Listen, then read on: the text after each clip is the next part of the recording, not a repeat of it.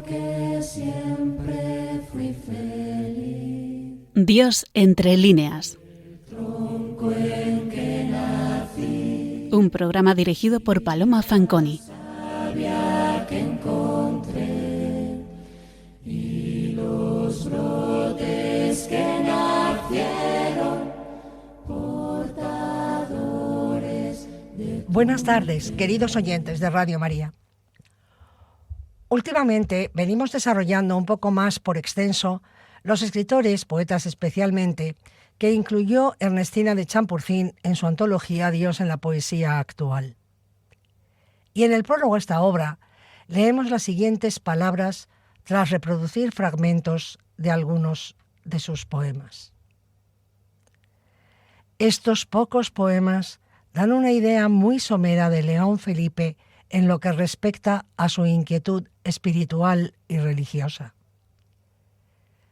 El autor de Ganarás la luz, Llamadme publicano, El ciervo y otros poemas, etc., necesitaría muchas páginas para sí solo. Y no sigo citando porque, desgraciadamente, la familia de León Felipe no ha dado la autorización para que los poemas de éste figuren aquí. Sin embargo, no quiero dejar de recordarle y de hacer constar cuánto deploro su ausencia, forzosa en estas páginas.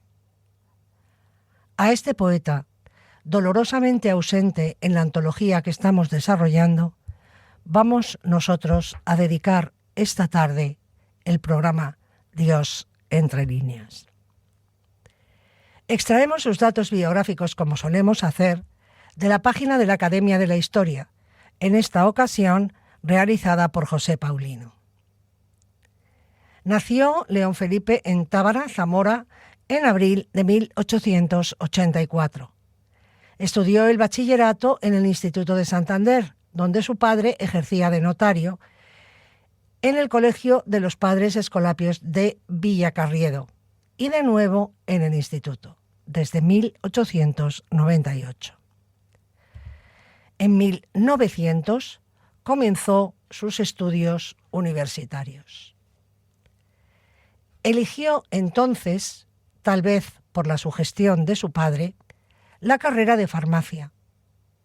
Tras el primer año preparatorio en Valladolid, que aprobó en junio, prosiguió en la Universidad Central de Madrid y terminó la licenciatura en 1905, proponiéndose incluso realizar el doctorado, tal vez con la intención de continuar en la capital y participar del ambiente literario, asistiendo a estrenos teatrales, etc.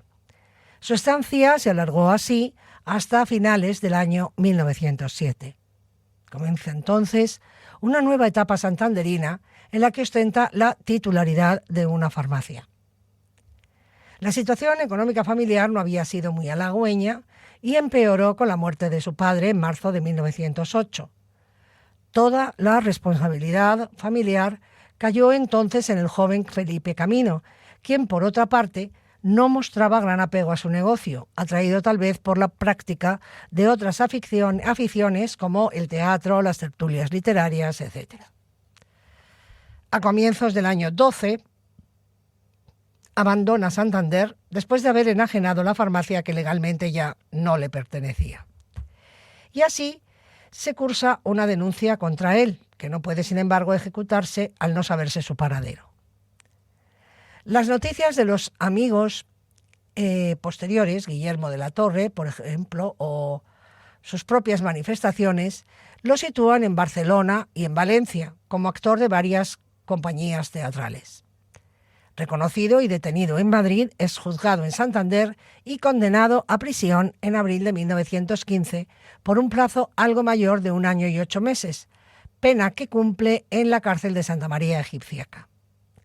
En este tiempo parece comenzar su prehistoria literaria, ya que escribe unos sonetos, estimulado por la lectura continua del Quijote. A mediados del año 16 estalla nuevamente en libertad, se traslada entonces a casa de su hermana Consuelo en Balmaseda, Vizcaya, para reanudar sus actividades de farmacéutico. Es ahora cuando se presenta el primer testimonio de su creación literaria, un poema que publica en el periódico Patria, Está fechado el 19 de enero del año 18 y lo dedica a la muerte de la hija del maestro de Balmaseda. A partir de 1918, su vida en Madrid tuvo que soportar condiciones precarias. Ese año muere su madre en Valladolid y él logra subsistir con traducciones y con sustituciones temporales en algunas farmacias. Enfermó de gravedad en la primavera del año 19 y para reponerse y lograr algo de dinero acepta la regencia de la farmacia de Almonacid de Zorita, Guadalajara, durante ese verano. Realizó una lectura de su obra en el Ateneo de Madrid y publicó una selección de poemas en la revista España. En el año 20, gracias a la ayuda de algunos de sus amigos, se produjo la edición privada del libro Versos y oraciones de Caminante.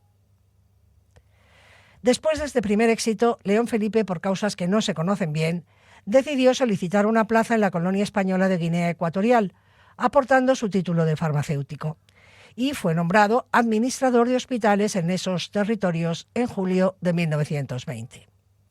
El hecho es que, aprovechando unas vacaciones en la península, después de los 2 años reglamentarios, al término de los cuales se le concede la Medalla de África y la licencia de 6 meses con sueldo, decidió no regresar a su destino.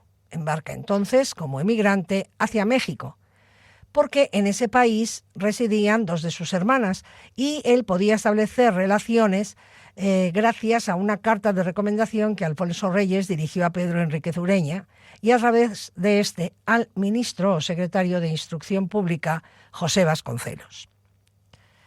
Con su bagaje literario, León Felipe imparte clases en la Escuela de Verano de la Universidad de México, y esta circunstancia le permite conocer a una joven mexicana, profesora de español en Estados Unidos, Berta Gamboa, con la cual a finales de 1923 contrajo matrimonio en Nueva York. Se gana entonces la vida con clases de lengua, estudia en la Universidad de Columbia con Federico de Onís y desde 1925 ejerce como lector de español en la de Cornell.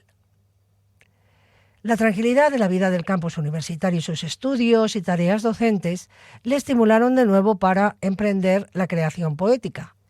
Y en el año 29 termina un nuevo libro que, con el mismo título que el primero, Versos y oraciones de Caminante, añade libro segundo.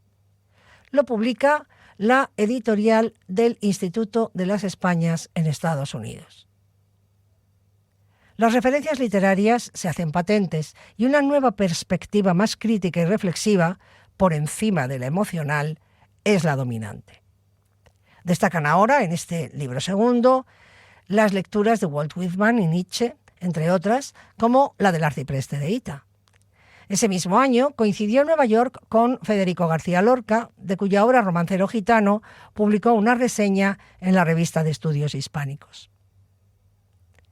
Vuelve a México con su esposa en el año 30, aprovechando una licencia de año sabático. Su interés por la creación literaria parecía haberse reactivado.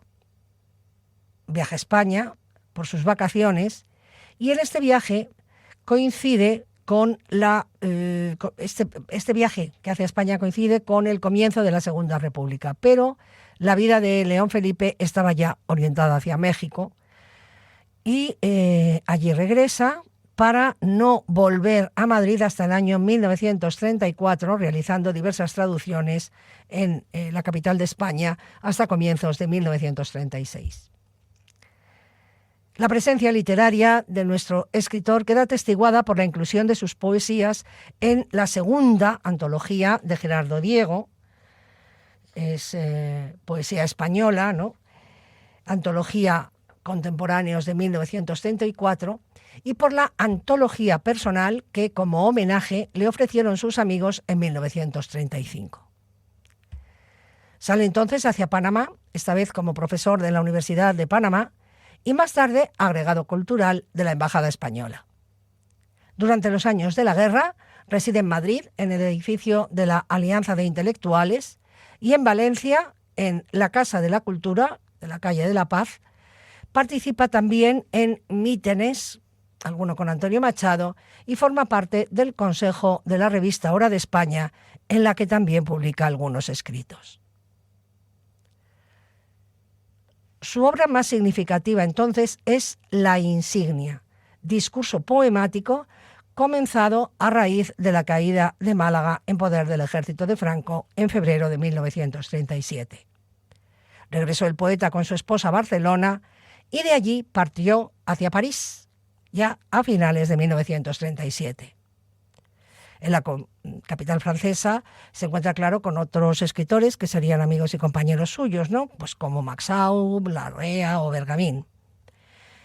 Y en junio del 38 embarcan León, Felipe y Berta, su mujer, rumbo a México, donde ya tenían costumbre de vivir, como saben ustedes, con escala en La Habana. En esa travesía, él elabora algunos escritos de los meses anteriores y concluye El Palacio de las Bofetadas y El Pescador de Caña, que lee en La Habana. Al llegar a México, comienza León Felipe una intensa etapa de creación literaria, ¿no? La dedicación a la literatura será desde ese momento prácticamente total, no solo por su creación poética, sino también por las traducciones.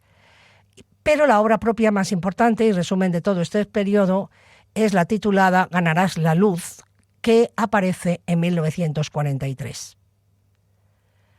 Solo interrumpe su estancia en México de los años, durante 2 años, ¿no? Del 46 al 48, que entonces, son un par de años en los que él realiza muchos viajes por países de América Central y América del Sur, impartiendo conferencias, recitando sus poemas.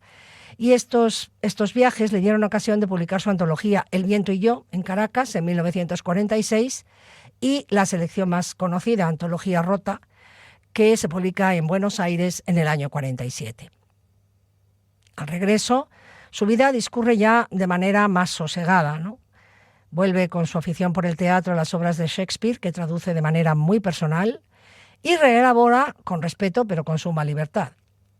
Dentro de esa labor hay que mencionar sus versiones de Otelo, Macbeth, Noche de Reyes y la inédita de Hamlet. Acepta adaptar cuentos literarios o tradicionales en unos breves guiones para televisión y prosigue su labor poética con la publicación de su libro Llamadme publicano, de 1950. En esa década, León Felipe logra una consideración unánime dentro del panorama literario mexicano, de manera que tuvo la consideración de poeta nacional y prosiguió con su participación en homenajes y recitales en muchos centros e instituciones. Muestra de su popularidad son los discos que con su propia voz se editaron en años sucesivos. Esto es un registro valioso, no cabe duda.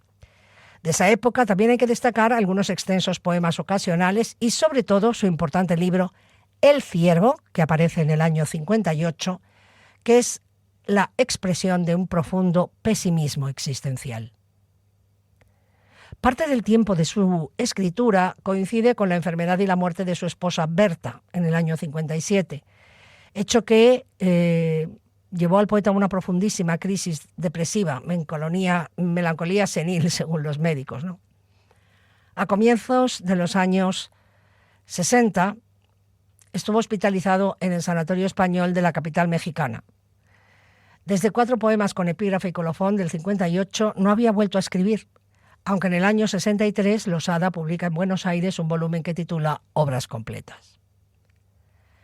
La muerte violenta de Rubén, un niño jorobado que vendía lotería en las calles y cafés de México, le hizo volver a la escritura con un poema que iba a ser el comienzo de un libro extenso. Oh, este viejo y roto violín, del año 65. Entre la vejez del poeta y el dolor de la infancia, el libro propone de nuevo su idea de transformación humana necesaria y milagrosa. Es este un momento de la vida del autor en el que son frecuentes los homenajes. El presidente de México, Gustavo Díaz Ordaz entonces, le invita al palacio presidencial y al rehusar el poeta, debido a su precario estado de salud, él mismo fue a casa de León Felipe, quien corresponde dedicándole un poema, O el barro, el barro. Todo ello a comienzos de 1967. Recibe también simbólicamente un bosque plantado en Israel y dedicado a su nombre.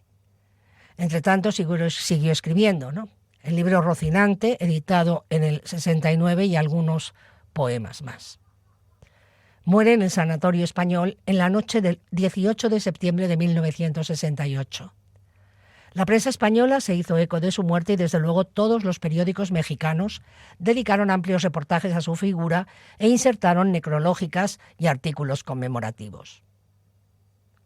Volviendo de nuevo a la introducción que en su antología de Champurcín le dedica a León Felipe, porque recordemos que no obtuvo el permiso para incluirlo como poeta antologado, leemos.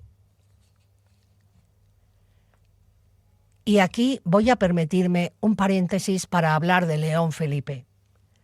De este querido León Felipe Camino, originalísimo poeta con su existencia errante, y esa obra vehemente de carácter único, oscilando con frecuencia entre dos polos. Porque todo León se encuentra ya condensado en su primer libro, Versos y oraciones del caminante, cuyo acento puede decirse que abre y cierra su devenir lírico. Nada tan impresionante como oírle declamar en el Ateneo de Madrid aquellos versos que no se parecían a nada y que él sabía recitar como ningún otro poeta. Nadie fue ayer, ni va hoy, ni irá mañana hacia Dios por este mismo camino que yo voy. Para cada hombre guarda un rayo nuevo de luz el sol y un camino virgen a Dios. León Felipe, continúa la Champurcín, es en el panorama de la poesía en lengua española un caso aparte. Desde el volumen que incluye el poema que acabamos de citar, de 1920 hasta su muerte, su obra es un largo, ininterrumpido clamor, un sublevarse contra todo y un decepcionarse de todo. A través de sus imprecaciones, que clamaron a los cuatro vientos su fe, su escepticismo, su protesta, su rebeldía, engendradas muchas veces por su generosidad, no abandona un solo momento su búsqueda ansiosa, estridente en ocasiones, mansa y humilde en otras, como en algunos de sus últimos versos. Nos referimos a su búsqueda de Dios. Te vi pasar por la nube y salir limpia y libre buscando el corazón de una estrella. Ibas derecha, derecha. ¿En dónde te habrás clavado cuando hayas vuelto sin fuerza? Vencida ya otra vez hacia la tierra. ¿Vencida? No. ¿En qué pecho? ¿En qué corazón virginal y balbuciente de poeta, victoriosa, victoriosa al caer, has hecho blanco, saeta? Te vi pasar por la nube y salir limpia y libre. Fuiste derecha, derecha, al corazón de una estrella.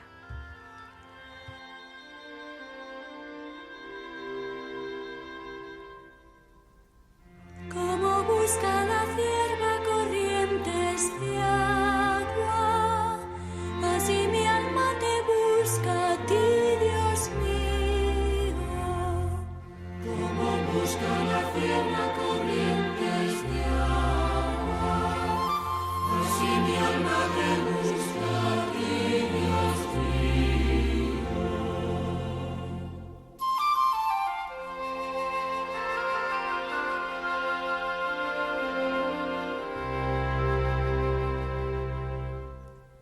Mi alma está sedienta de su Dios, mi alma está sedienta del Dios vivo. Señor, ¿cuándo tu rostro podrá ver? ¿Y cuándo he de lograr estar contigo?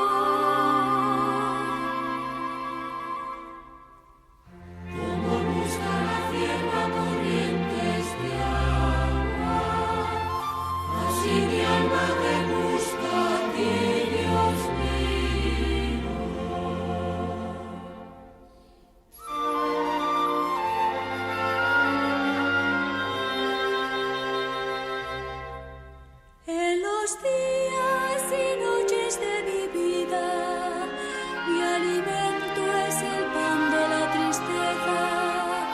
Me hiciste el corazón a tu medida y llenarlo solo puede tu presencia. Como busca la cierva corrientes de agua, así mi alma te busca a ti, Dios mío.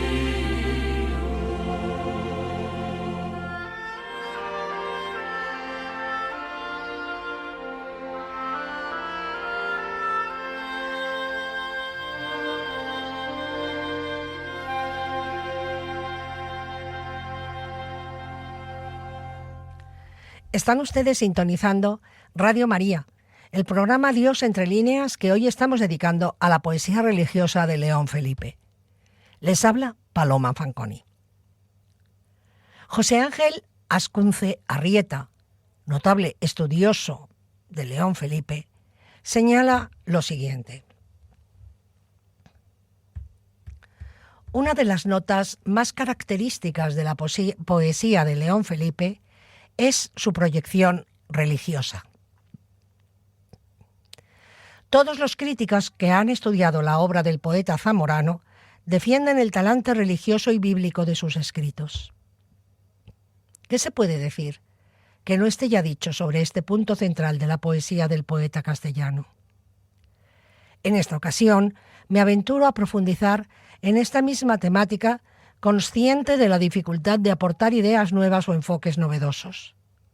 Consciente de estas limitaciones, abordo el estudio de la poesía religiosa de León Felipe desde una cuádruple perspectiva: humanismo, utopía, religiosidad y profetismo. En su poema Escuela, inserto en el libro octavo de Oh, este viejo violín, va señalando los distintos momentos de su existencia. En una primera etapa se caracterizó por la baja bohemia y la delincuencia, que le llevó a la cárcel, donde penó sus culpas durante 3 años como delincuente vulgar. La cárcel fue su escuela inicial, donde aprendió de la mano de Don Quijote la lección del amor y de la entrega como método de superación personal.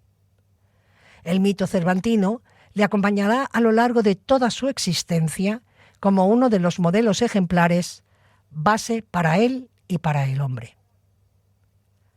Su segunda lección existencial la tuvo en Fernando Poo, donde aprendió la horrenda realidad humana en medio de la injusticia y la barbarie.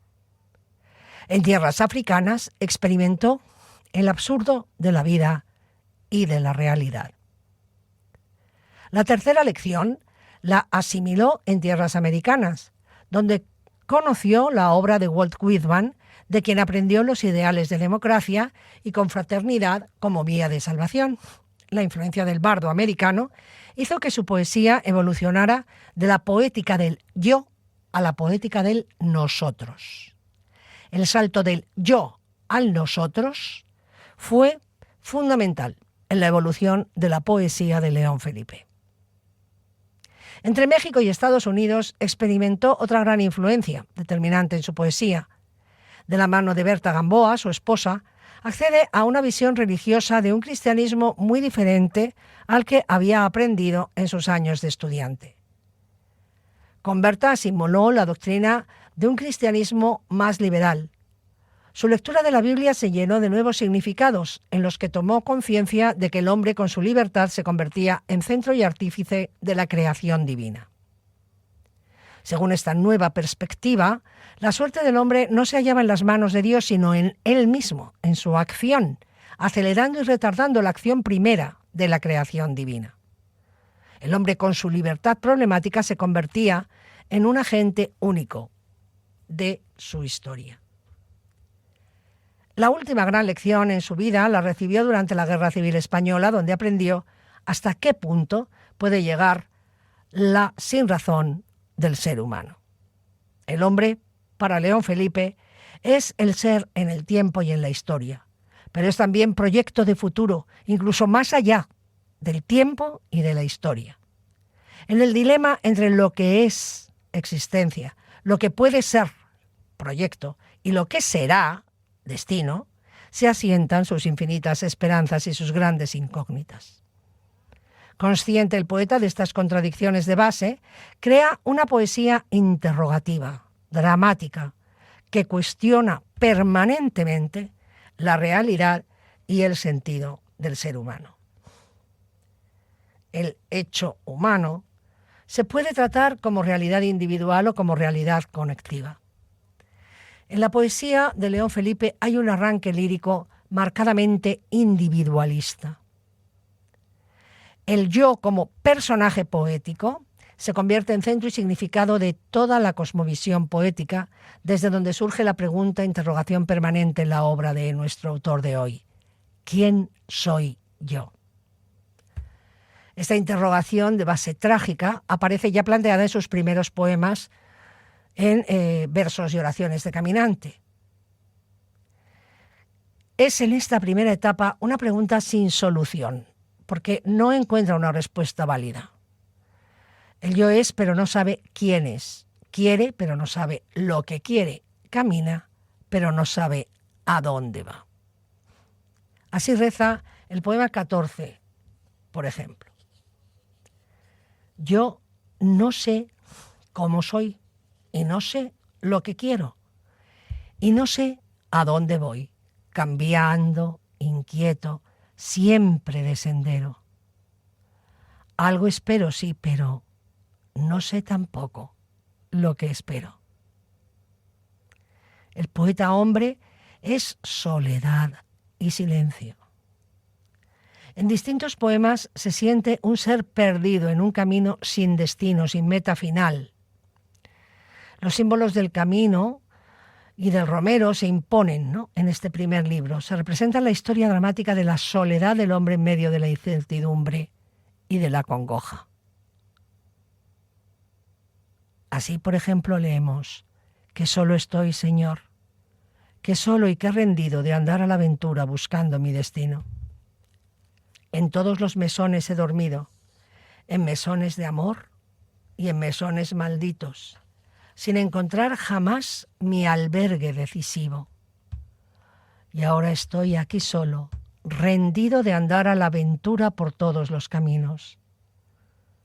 Ahora estoy aquí solo, en este pueblo de Ávila escondido, pensando que no está aquí mi sitio, que no está aquí tampoco mi albergue decisivo. El personaje Dios, Señor, aparece con frecuencia como destinatario de sus versos, pero este nunca es palabra-respuesta, sino ausencia, silencio. Solo le quedan los sueños y un ideal vago de salvación y de justicia. Sin una luz en el cielo y roto mi corazón, ¿cómo saber si es el tuyo este camino, Señor? Este sentimiento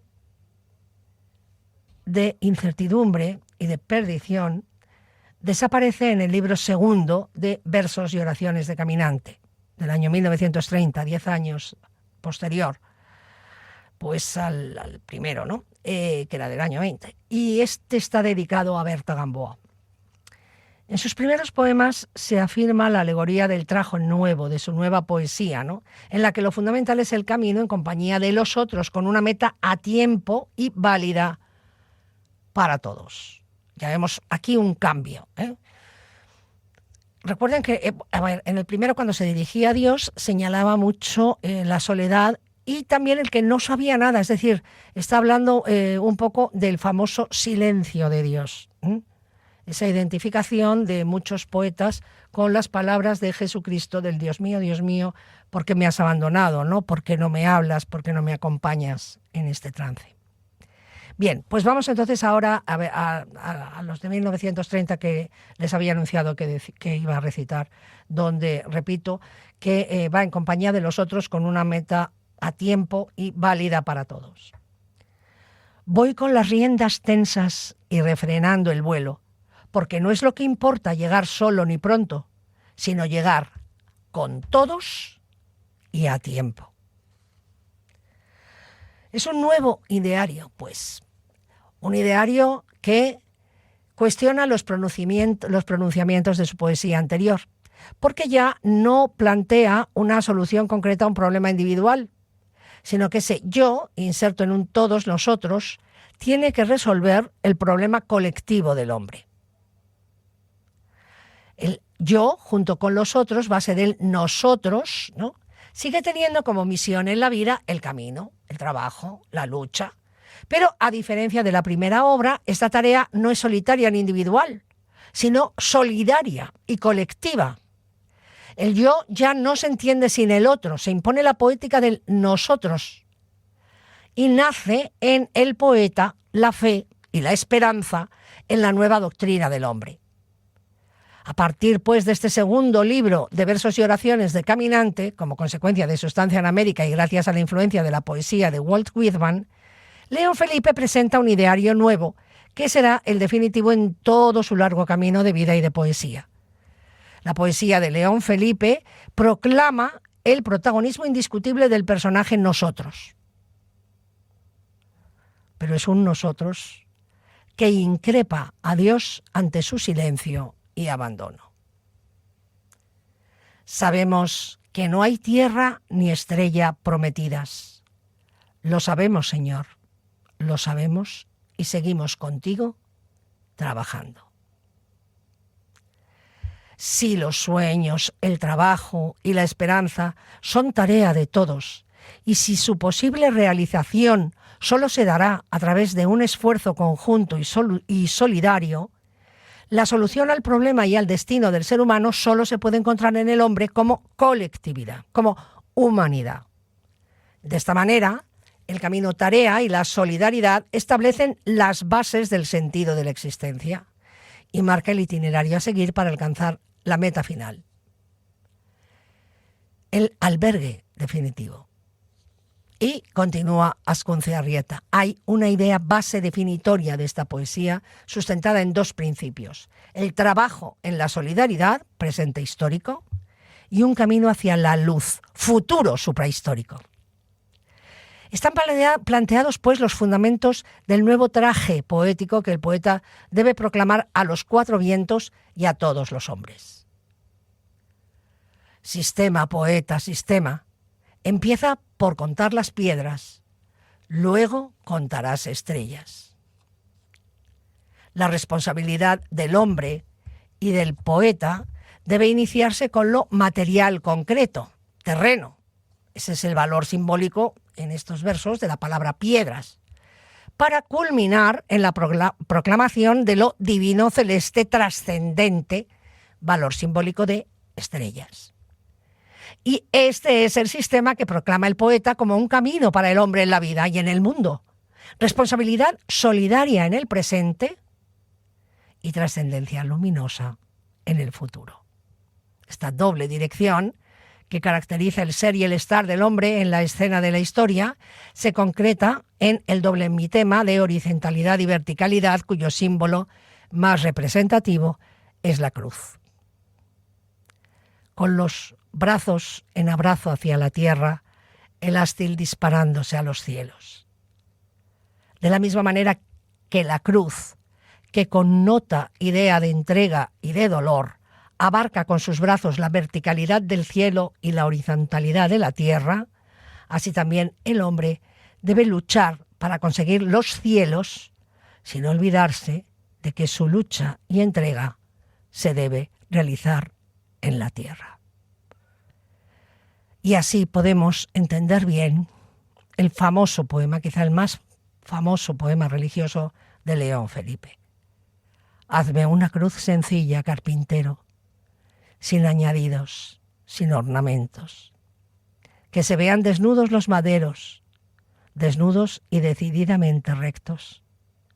Los brazos en abrazo hacia la tierra, el ástil disparándose a los cielos. Que no haya un solo adorno que distraiga este gesto, este equilibrio humano de los dos mandamientos. Sencilla, sencilla, hazme una cruz sencilla, carpintero.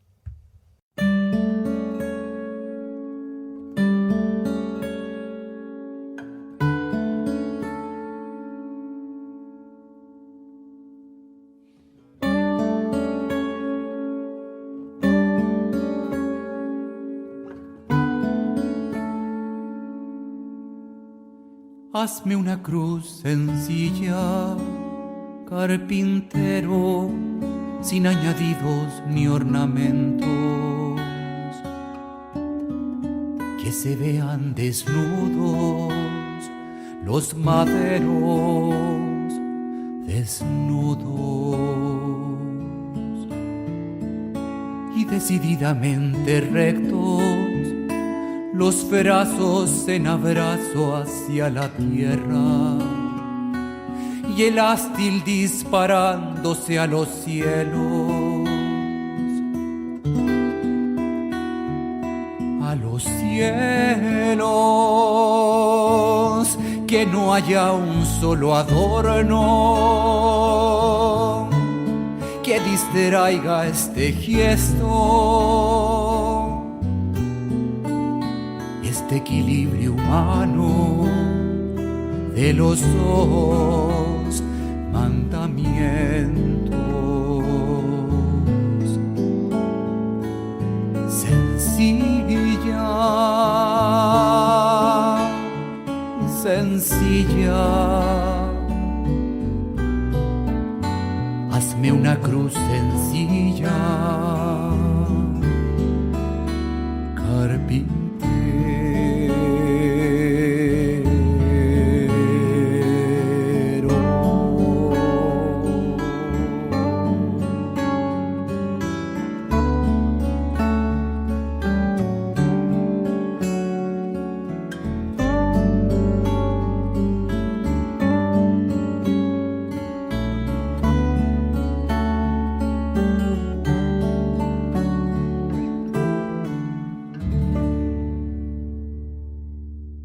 Están ustedes sintonizando Radio María, el programa Dios entre líneas que hoy estamos dedicando a la poesía religiosa de León Felipe.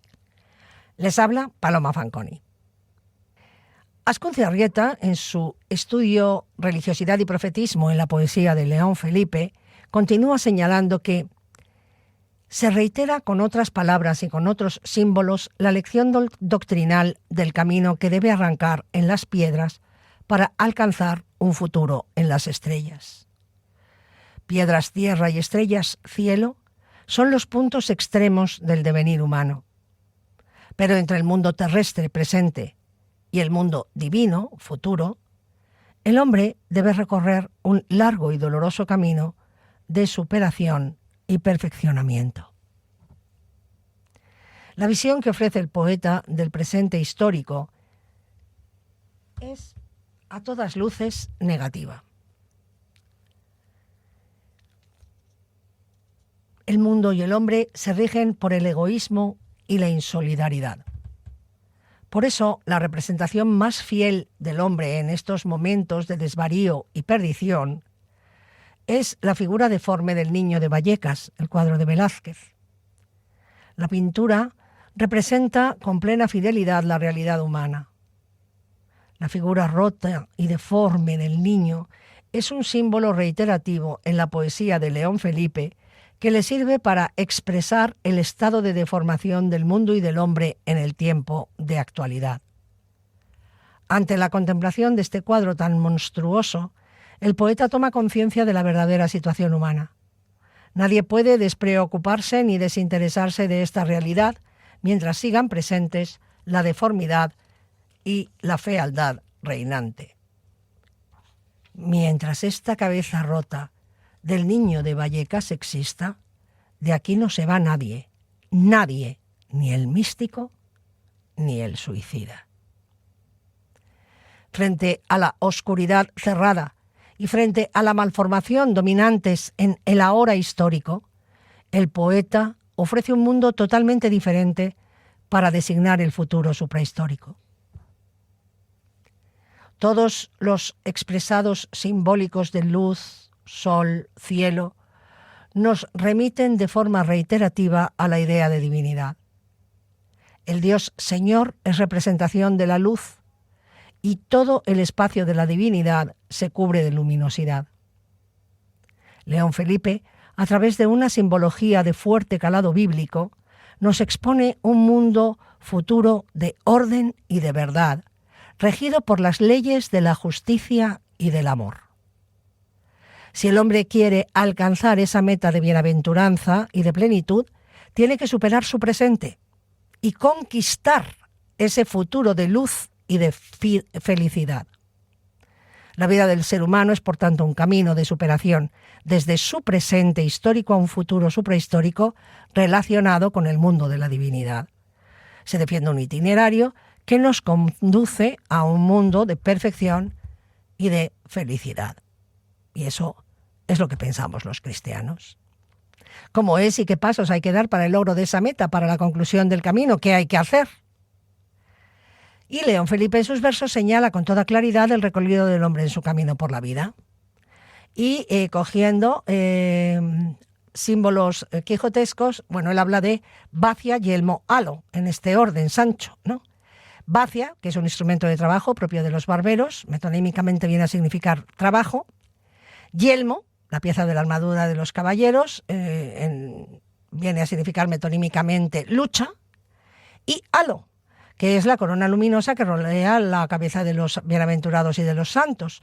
Por tanto, metonímicamente viene a significar bienaventuranza y felicidad.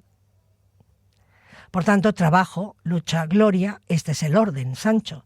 Dicho con otras palabras, el poeta afirma que solo a través de un trabajo solidario convertido en una lucha de superación, el hombre podrá alcanzar un día venturoso la meta de la gloria, el universo de la divinidad. Y entre el presente y el futuro, el hombre tiene que recorrer un camino de entrega y lucha que nos conducirá al destino deseado. El hombre, con la fuerza de voluntad y con el heroísmo de la entrega, puede modificar su presente dramático en una realidad de gloria y felicidad. La oscuridad del mundo puede transformarse en luminosidad celeste. La poesía de León Felipe se carga entonces de utopía. Su temática, aunque en apariencia parezca paradójica, es la defensa rabiosa de una lucha permanente de superación para hacer posible la utopía. Desde sus primeros poemas hasta los últimos, todos rezuman una profunda religiosidad, señala nuestro crítico, donde el poeta ofrece una única temática planteada desde diferentes puntos de vista. Las relaciones siempre problemáticas entre el hombre y Dios, que se pueden resumir en los dos siguientes versos. Dios pondrá la luz y nosotros las lágrimas. La cuestión profunda es el saber y el poder aunar estos dos planos aparentemente antagónicos de lágrimas y luz. Y hay una primera lectura que explica este paso del hombre a Dios, y es el conocimiento por parte del poeta zamorano de ese cristianismo que conoció durante su estancia americana, muy de la mano de su mujer, Bertuca, que le aporta una explicación convincente al problema planteado. El poema Aquí vino y se fue, del segundo libro de versos y oraciones de Caminante, es capital para desentrañar el sentido de esta poesía. El poeta dice: aquí vino y se fue. Vino, nos marcó nuestra tarea y se fue. Tal vez detrás de aquella nube hay alguien que trabaja lo mismo que nosotros. Y tal vez las estrellas no son más que ventanas encendidas de una fábrica donde Dios tiene que repartir una labor también. Aquí vino y se fue. Vino, llenó nuestra caja de caudales con millones de siglos y nos dejó unas herramientas y se fue. Pero tuyo es el tiempo y esa gubia con que Dios comenzó la creación. El poema no deja espacios para la duda, ¿no? Dios creó el universo en el origen de los tiempos y dio al hombre la tarea de su culminación. Para la realización de esta misión, el hombre dispone, por disposición divina, del tiempo, millones de siglos y siglos, y de unas herramientas concretadas en esa gubia, ¿no?, con la que tiene que modelar la materia informe original. El hombre adquiere así una naturaleza creadora al ser el responsable de la consumación del acto divino, el gran acto divino de la creación con mayúscula. Por la conquista de la luz, tiene que trabajar y luchar, tiene que convertir la bacia yelmo en halo. Dios es origen y culminación. El hombre, por su parte, es trayecto. Cuando culmine este camino satisfactoriamente, se dará el reencuentro con la luz Dios. La promesa está en Dios y la victoria en el hombre. El ejemplo más diáfano de esta doctrina la protagoniza el símbolo de Cristo, el Dios que se hizo hombre para que el hombre pudiera llegar a Dios. Los ejemplos que pueden servir para demostrar esta idea son muchos, pero opto por el poema Cristo del libro 4 de O este viejo y roto violín, donde el poeta exclama: Cristo, te amo, no porque bajaste de una estrella, sino porque me descubriste que el hombre tiene sangre, lágrimas, congojas, llaves, herramientas para abrir las puertas cerradas de la luz. Sí, tú nos enseñaste que el hombre es Dios, un pobre Dios crucificado como tú. Cristo, quien como hecho histórico y mito ejemplificador, abarca con su historia personal todos los pasos del universo temático. En ocasiones, el paraíso mítico de la salvación humana salta hecho pedazos imponiéndose al mito del infierno. La realidad humana altera el orden doctrinal en un caos de arbitrariedad, sordidez e injusticia, porque también existe en este mundo la ley de la selva en vez de imperar la ley de Cristo. Tiempo de luchas fratricidas y criminales, ¿no? Se impone entonces los momentos en que el poeta duda de todo. No puede entender que Dios permanezca distante y ocioso, ¿no? Se habla del silencio trágico de Dios ante tanta injusticia, tanto desafuero y tanta arbitrariedad. Y oímos que el poeta exclama cómo rezar en medio de estos estados emocionales. Y la obra que mejor representa esta bajada a los infiernos de la desesperación y la angustia es El ciervo, en el que el poeta ya no habla al hombre de su origen y su destino, sino que increpa a Dios para echarle en cara las razones de su incomprensible silencio. Es el recurrente tema continuo del silencio de Dios. El poeta es entonces un intermediario entre lo humano, llanto, y lo divino, luz. Se desarrolla en el presente histórico con el punto de vista de mira dirigido a un futuro que trasciende. Y la defensa de esta misión le confiere categoría de profeta. Temáticamente, la poesía de León Felipe, señala Ascunce Arrieta, es una poesía profética. Señala María del Pilar Palomo: el 31 de julio de 1967, el embajador israelita en México entregaba simbólicamente a León Felipe un bosque plantado en Israel que llevaría su nombre. Y el anciano poeta, en el discurso poemático que correspondió al homenaje, se retrotrae a su infancia para explicar los fundamentos sobre los que se alzó para siempre en su vida y en su poesía su Jerusalén. La infantil y poética, la que yo creé con mi imaginación cuando era niño y que existe todavía.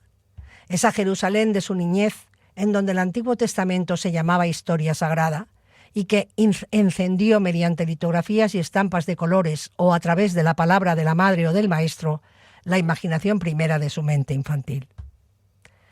Con el Viejo Testamento nos han alimentado a todos los niños del mundo occidental y a través de esa casi comunión vivencial, León Felipe defiende una posesión irremediable, porque la tierra de Israel es tan mía como la misma tierra en que transcurrió mi infancia. Por eso se señala tanto la simbología bíblica y la presencia de la Biblia en la poesía de León Felipe. Cuando el texto bíblico concreto no funciona como lema generador de una explicación, o mejor, de una recreación alegórica personalista, continúa la doctora Palomo, sino que se funde con los materiales del propio poeta, el texto sufre en sí mismo una transformación no ya de sentido, sino incluso textual. Las palabras de Jehová atraviesan la obra de León Felipe.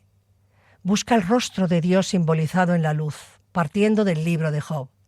Pero cuando traza su autobiografía final, y otros aseguran que he visto la cara de Dios, para añadir no es verdad, aunque concede que solo el virtuoso, sinónimo de poeta, podría un día lograrlo. Por eso sigue esperando, aunque sepa, en palabras de Moisés, que nunca lo logrará. También Moisés supo que no pisaría la tierra prometida y siguió guiando a su pueblo en su caminar hacia ella. Y cuando llegó el momento de su muerte, subió al monte Nebo y Jehová se la mostró. Te dejo verla con tus ojos, pero no pasarás a ella.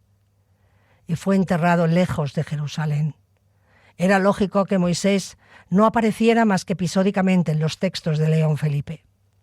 El conductor de pueblos, el portador de la ley, el guía del Éxodo, no puede fundirse con un profeta equivocado que clama en solitario en el desierto, pero sí puede hacerlo con un anciano de 83 años que está a punto de morir lejos de España, cuya luz se identifica con el rostro de Dios, y que pide, en voces de angustia, ser enterrado en Jerusalén. Que me construyan la tumba, que me cabe en una sepultura humilde en mi bosque. Quiero que me entierren en mi bosque. Quiero que me entierren en Jerusalén. Porque tal vez, desde esa eterna Jerusalén de su infancia, pueda ver al fin el rostro luminoso de Jehová y la tierra prometida que soñaba como final de su éxodo. Antes que te formaras dentro del vientre de tu madre, antes que tú nacieras, te conocía y te consagré para ser mi profeta de las naciones. Yo te escogí,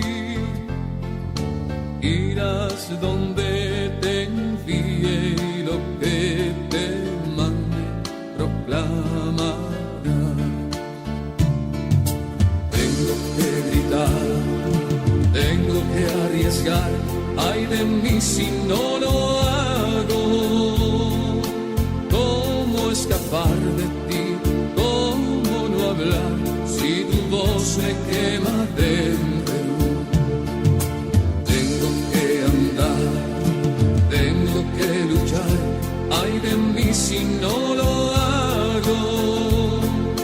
¿Cómo escapar de ti? ¿Cómo no hablar si tu voz me quema dentro? No temas arriesgarte, porque contigo yo estaré. No temas anunciarme, porque en tu boca yo hablaré. Te encargo hoy mi pueblo para arrancar y derribar, para edificar, destruirás y plantarás. Tengo que gritar, tengo que arriesgar, ay de mí si no lo hago. ¿Cómo escapar de ti? ¿Cómo no hablar si tu voz me quema dentro? Tengo que andar, tengo que luchar, ay de mí si no lo hago. ¿Cómo escapar de ti? ¿Cómo no hablar si tu voz me quema dentro?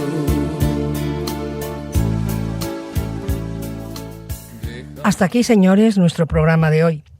Han sintonizado ustedes Radio María, el programa Dios entre líneas que hoy hemos dedicado a la poesía religiosa de León Felipe. En breve tendrán ustedes a su disposición el podcast con el contenido del espacio de hoy en nuestra página web. Si quieren ponerse en contacto con nosotros, pueden escribirnos un correo electrónico a la dirección diosentrelineas@radiomaria.es. Nosotros volveremos, si Dios quiere, dentro de 4 semanas.